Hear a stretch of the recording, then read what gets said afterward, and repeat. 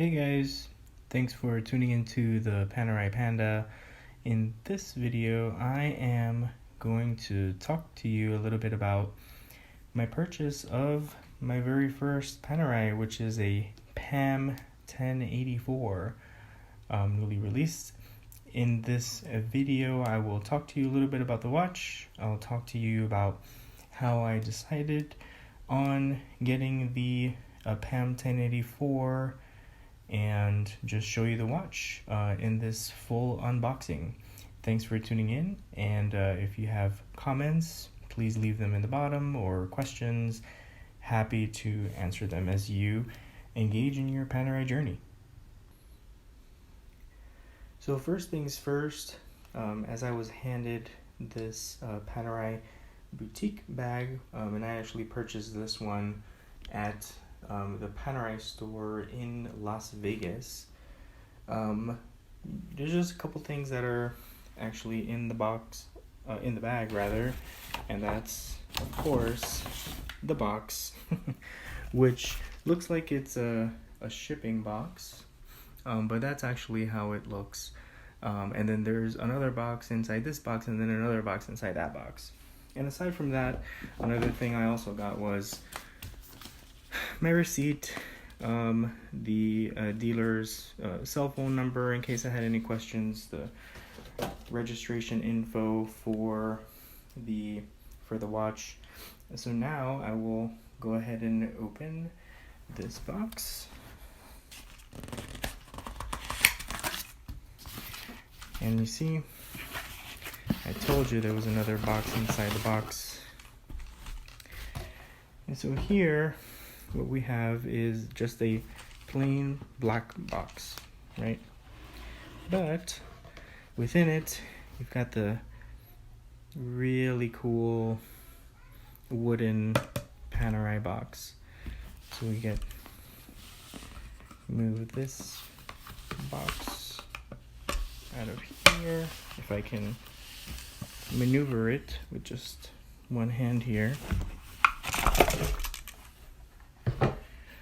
So that's the Panerai box. For some reason, kind of jingles. I haven't quite figured out what it is that makes the jingle, that kind of loose screw sound. Thankfully, it's not the watch. And then here, when you open the box, you've got the instructions manual, and it essentially just goes over some basic stuff in a bunch of different languages.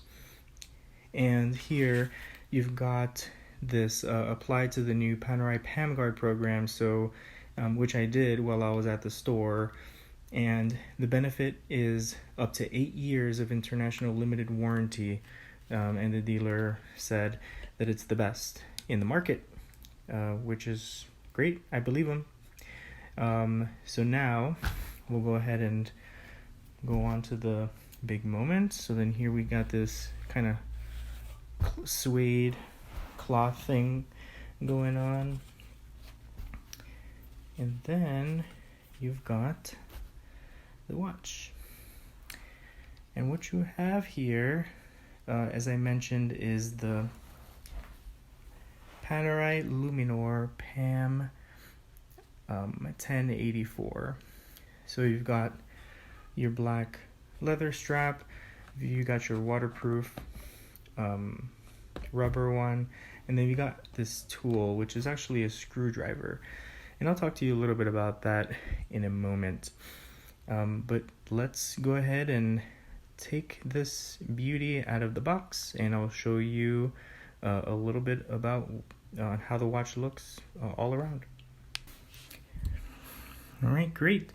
So now that I've taken it out of the box, just to kind of show you what the Panerai Luminor 1084 looks like all around. It does have the shine all around, so it's not the brushed metal, which you would see a little bit more on the buckle side. They do have some Luminor models that kind of have the brush on the side, and then the bezel is the shiny part. And then also another thing that you'll notice if you're into Panerai watches is that the crown guard does not have the their registered trademark, the REGTM, which I think is on other Panerai models. Of course, you've also got this lever which comes down, which protects the crown from water and whatnot. And what's interesting about this Panerai Luminor is the story. So I'll just kind of set this one down for a minute while I tell you how I came to select this watch. So I have been on the wait list actually for a Rolex Explorer 1 for a very, very long time. That watch was the one that was top on my list. I know that I can get it on the used market. Do I want to get it on the used market? No, I don't. Because that being what will become my first Rolex, I really wanted to get that authorized dealer experience with all of the, the box and the papers and all this other stuff that you don't always get when you purchase it in the used market. And of course, interestingly, and as I came to learn, you might even pay a little bit more for the watch in the used market, which is interesting because if that applied to cars, who would buy a used car, right? But these luxury switch watches, they're not made in the masses. You have a very limited number of watches that go out. So all of them do have a certain sense of exclusivity to them. So I've been on the wait list with my local authorized dealer, the only one in the state, and I haven't had good luck. And as I've read a lot on the Rolexes and luxury switch watches and how the wait list operates, some sources say there is no wait list, some say yes there is, and the authorized dealers will have their preferred clients that they sell their watches to. I'm not gonna be your preferred client kind of guy. I've worked my whole life really hard, kind of started from the ground up. Over 15 years ago, I used to wash dishes in an Italian restaurant, and 15 years later, I do consider myself to be relatively successful in what I do. So I did feel that I've earned it, and I wanted really to commemorate my successes with a Swiss luxury watch. So anywho, I was on this wait list for quite a while, and I started to get a little irritated and not really knowing, is the sales representative really playing with me? Does he have one kind of in the back, which is what some of the blogs say, that yes, there are some watches in the back, but they have them for the preferred clients. So I knew I was never gonna do that. So I started calling around to the other authorized dealers in multiple states, and nobody had the watch. And about half of them said, "Oh, well, if you're in town, why don't you come on by so I can get to know you better?" And to me, that kind of sounded a little silly. Why would you want to get to know me better? I have something that I can afford to buy. I just want to walk into your store and buy it and walk out with it. But that's not how it works with these watches. So a few days ago, I took my family on a trip to Las Vegas.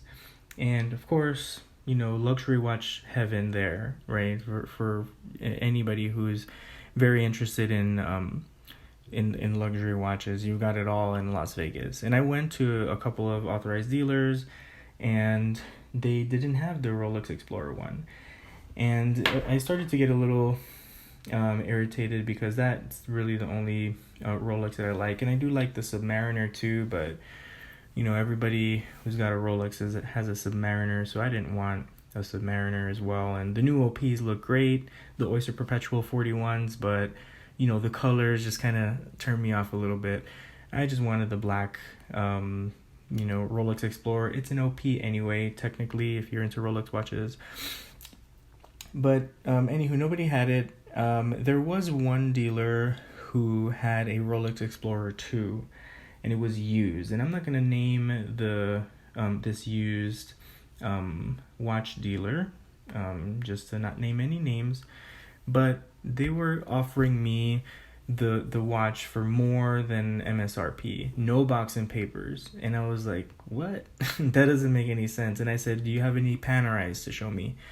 And they did show me some Panerais, and there was one. It was a Panerai Luminor that I really liked. I tried it on and I played with it for a little bit, and the dealer quoted me the price, and I was like, does this have box and papers? And he said, no box and papers, just like that. So I started to get a little concerned, because what if the previous owner or owners opened the watch, replace some parts, it's not an original anymore? What does that do to the watch? I don't intend to flip any watches that I buy, now that I'm kind of in this Swiss watch game, although I'm a very beginner in this game. But I didn't want to take the risk.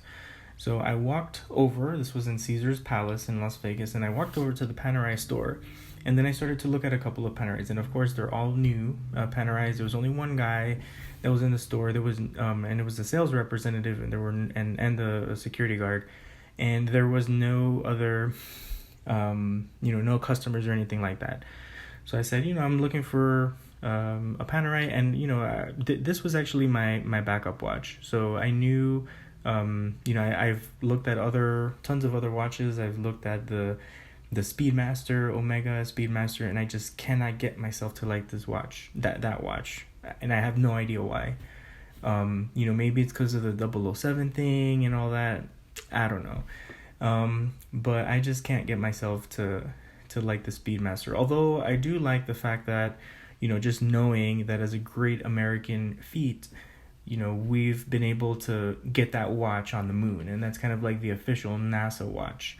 So because of that, and because of the grit and the risk, taking behavior that's behind the Omega Speedmaster, I kind of like it a little bit, but it's not on my top list, at least not just yet.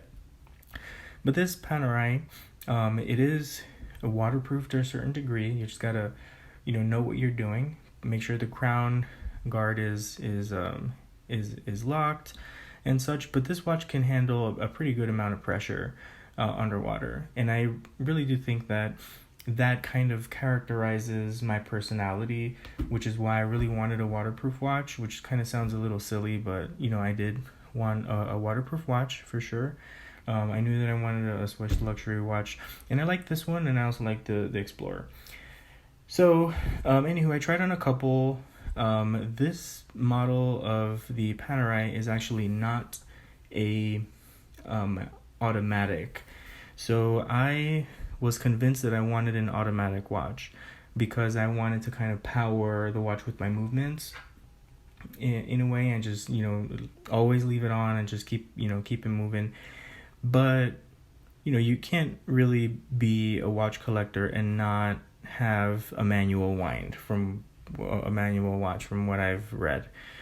So as kind of beginning the journey into this watch hunting, I guess, stage in my life, where I'm commemorating my successes and my achievements with presents to myself in the form of watches.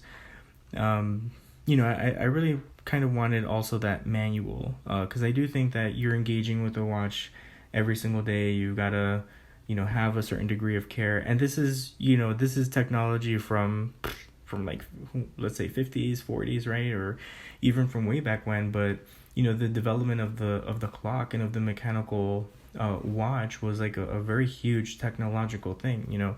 This is not a solar powered watch. This is not a battery operated watch. This watch operates on its own. You kind of turn the crown, and then it just goes, and I thought that was kind of special for me. So anywho, I decided for on this one over the Panerai Luminor, I guess base logo is what we'd call it. It's got the 12, the 6, the 3, and the 9, but I really wanted the second hand on it. So it was maybe like another $500 or so for the second hand, and that's kind of really the indication to me that the watch is going.